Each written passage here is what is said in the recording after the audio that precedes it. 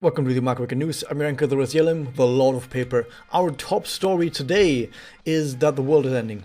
The world is actually ending, at least in the world of MagiReport. But don't worry about that. It doesn't mean actually that MagiReport is ending. It doesn't. It's just that, you know, sometimes you just gotta nuke the entire world and then rebuild from the ashes to create something. We're gonna get to that in a second. First off, though, there have been some update changes, as in, like, well, apparently there were some bugs and some typos and some stuff that have been fixed.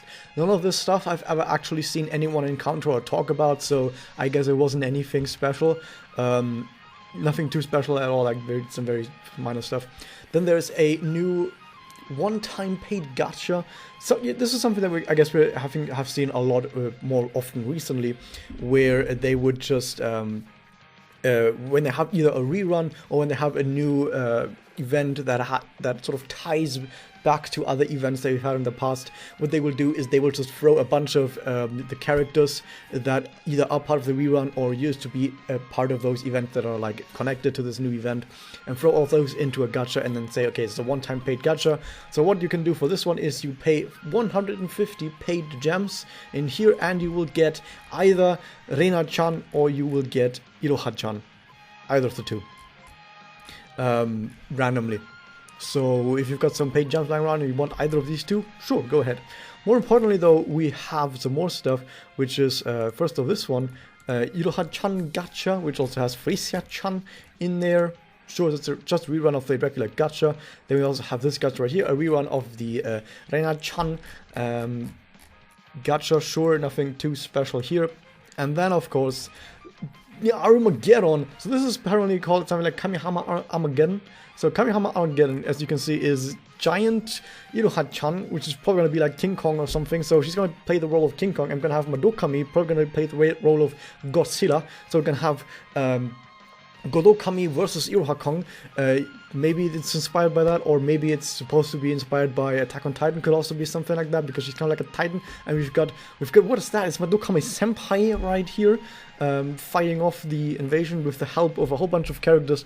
They're gonna jump in and try and help out. So, what's this event actually gonna be about? Well, apparently the Kamihama is under attack by, you know, Iroha-chan right here, and in order to fight it off, they're gonna have to do some stuff. And I think what they're gonna do is, you can almost kind of see from this right here, it seems like what they're gonna do is they're gonna build a mecha suit. They're gonna build a mecha suit for Madoka Senpai to become Madokami Senpai. So it seems like Madokami Senpai is not actually like Madokami, but she's wearing a mecha suit or something. I don't know. We're gonna get to that in a second, because she also has like jet powered boots and stuff like that. She has this pickaxe as a weapon. It looks like a warhammer. I don't know. There's some crazy stuff going on, as you would expect from MagiReport. There's going to be some crazy stuff going on. The actual event itself is Double Farm Tower. Is it Double Farm Tower? It's a tower event. Okay, no, it's single farm tower. So you take a regular AP to play these. So no double farming here. It's a regular single farm tower where you have 100 evils as well, so you're going to get 100 evils after a while on the 7th, so once again, it's not going to release with 100 evils. I don't think we ever will get an event that just releases with 100 evils, like a new event, I mean not a rerun, that releases with 100 evils right away. I don't know why, but yeah, you're going to get these hammers. Oh, it says right there what there's One-chan Shitsuke, something that, since it's on nature, maybe it's like the hammer that attacks the sister. I don't fucking know. I can't read Japanese. What do you think? What do you think I am, right? I'm just a bald guy. I can't do Japanese. We all know that no bald guy can speak Japanese. Moving on though from the event, the thing that actually people have been asking about this character. I mean, people have been not specifically been asking about this, but people have been wondering how good is this character, because, you know, you can see a jet-powered boots back there. Anyway, so this is also Madoka Senpai. And this is kind of broken. So I'm gonna go over what she has in a second, but when I first saw this unit, I thought, this looks like the strongest unit that has ever been released in this game so far. Like, so far, this is the best unit, even compared to every single other unit in the game right now. This right now looks like the strongest unit in the game. And I've asked some other people, I've asked someone who plays a lot of rank mirrors, who plays Kimochi, who plays 100 Evils fast clears, who also said like, yeah, this is probably the best unit that's ever been released. I went to some JP Twitter accounts and they've all basically been gushing about how great this character is. Horai gave it 100 points out of 100 points, and when you get 100 points, that's crazy. Horai, by the way, in case you don't know, is one of the biggest JP whales, who is also very big into doing like the highest rank, like top 3 ranked mirror stuff and top 3 Kimochi stuff, like pretty fucking high up there. And yeah, that guy also said like, yeah, this is crazy. Okay, so let's actually go over this unit. So first off, the type looks weird. It says ultimate right here, but in hiragana, which is weird because what? It's also not even... It looks weird. So I think some people have said that maybe this is supposed not actually the regular ultimate type, but a different kind of ultimate type. But it just looks like ultimate type. So we're just gonna say that this is ultimate type, okay? Stats, I don't care about that. This is not really an in-depth review. I'm just gonna go over what she has. There's 2 Excels, 2 charges, blah blah. Connect gives, I actually have it translated right here, shoutouts to Corey, gives damage up, which is what the regular Madoka also does, gives charged attack damage up. Oh, charged attack damage up, that's some good stuff right there if you're playing a charge team, eh? And charge disc damage up. Once again, some good stuff if you're playing a charge team. So either you're gonna get bonus damage for the disc or the charge usage. Okay, so far nothing special. The connect doesn't really look that great, to be honest. It's like, whatever. It's basically only for charge teams and doesn't really do anything for most other teams, because you really need to actually have some charge points to use. Then we get to the Magia though, okay? Then we get to the Magia. It deals damage to all enemies. It gives light attribute attack up to all allies for 3 turns. That's pretty good. How much is it? Oh, they didn't give a number for it. They didn't put a number down for it. We don't know. But it gives light attack up to all allies. That's pretty good. We've got some attack up in there. If you're playing this with System Momoko, I mean, if you're playing this in a charge team, we're playing it with System Momoko. Guess what? System Momoko is light type. And if you're playing with Mitsune as well, I think Mitsune is also light type. So yeah, there you go. All these bonuses stacking up with light type attack up right there, which is better than normal attack up if you have just light attributes characters, which is great. Removes debuffs from all allies, and it gives everyone charge conservation for 2 turns, which is kind of fucking broken, the fact that it gives everyone charge conservation for 2 turns, on a double, maybe even 3 turns. What? Charge conservation is the absolute strongest effect in the entire game right now. Sister Momoko has been the strongest PvE character in the entire game since her release because of charge conservation, because it's actually kind of fucking broken, and she does blast crits for 10 million damage every single turn because she can give herself blast conservation and just keep blasting for 20 charges with like over 100% charge up, and it's actually kind of fucking crazy.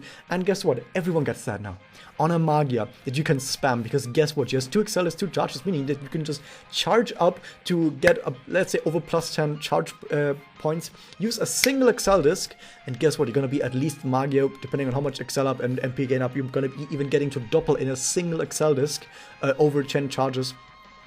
And then you can just keep throwing it out. You do another Magia, 1 Excel disc, another Magia, Magia, 1 Excel disc, another Magia, Magia Excel disc, another Magia, and it's like, nothing can stop you. And I keep saying Magia, it's probably going to be double. Like after the first round, we're going to do doubles, like double Excel, double Excel, double Excel. Not just for Madoka Senpai herself, everyone on the team. Everyone on the team is going to be able to do that. You have like Madoka Senpai with Sister Momoko, maybe Mitsune. Madoka Senpai uses 1 Magia. All of those other characters, they just use 1 Excel disc and they can already double again. And so everyone uses their double, they all get a single Excel disc and they can all double again. Isn't that kind of fucking broken? And that is why everyone has been saying right now this character is actually kind of fucking broken. But I think as well. I think right now this character is actually fucking crazy.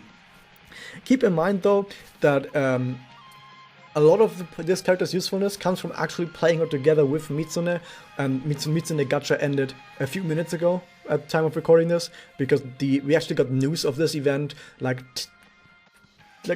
not quite the day before, but like 20 hours before it actually went live, so there wasn't a whole lot of time for that. Not that you should have rolled for Mitsune to roll for Madoka Senpai. I think no one has this many rolls, and you probably shouldn't have done that. But if you have, for some reason, already a Mitsune lying around, already a Sister Momoko lying around, and you use this, oh my god, it's just, that's so fucking good. If you don't have either of those two characters, you can still kind of do that, but you're gonna have to actually get to Magia first and also get a whole bunch of charges. You need like a charge gorilla, so you at least need a charge gorilla who gets a lot of charge up plus. Yeah, like you need at least someone who can do at least get you a whole bunch of charges. So it's not that you can just throw her into any team and it's gonna be great. You need to throw her in a charge team. But if she's on a charge team, she's easily the best character in the entire game right now, and will probably define the meta for the next few months at least, unless they release something that's somehow even more broken than this in the coming months, which at current pace they might, because in case you haven't noticed, in like the last 6 months or whatever, they have power creeped fucking hard with their characters. Every single character in the last 6 months has been pretty fucking good, and some of them kind of game breaking, so it's gonna continue. I'm gonna tell you as well what else she does. Her active gives 2 debuffs to the enemy. One is defense down for 3 turns, and one is charge damage taken up.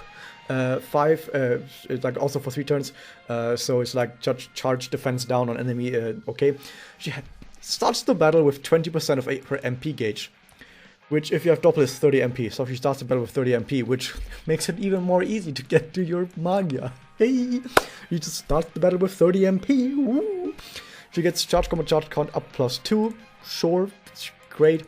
And she gets like 15 extra MP when she gets hit by dark type. So you know by Toka Nemu they got bonus MP when they got hit by light type. She gets bonus MP when she gets hit by dark type, like by weak element, and she gets like 15 bonus MP, meaning that if she gets hit like twice or so, like let's say you're doing PvE against a dark type enemy, you get hit like twice, you're already at Magia. Like it's turn 1, you don't even, let's say you turn 1, you don't even get a disc for her.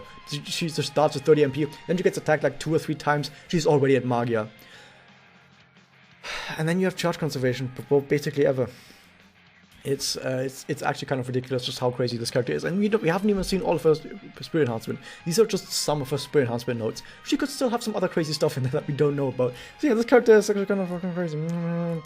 And in case you think to yourself, well, now that the character is crazy, the passive of Moria is definitely not going to be crazy, right? It's also crazy. This passive of Moria is also actually really fucking good. Also, by the way, since she's ultimate type, I should have mentioned as well. Since she's ultimate type, she has an EX skill. So she also has a passive on top of that, right? She has a passive, just like Ultra Madoka and Yuriachi has. She also has this passive EX skill. What does it do? At the beginning of the quest, everyone gets a buff. I think that just lasts forever. It doesn't say turn count, so it lasts forever. Like just regular Madoka means regeneration, so it lasts for everyone. And what it does is it gives everyone charge up, and everyone charge disc up. So everyone has charge up and charge disc up. Oh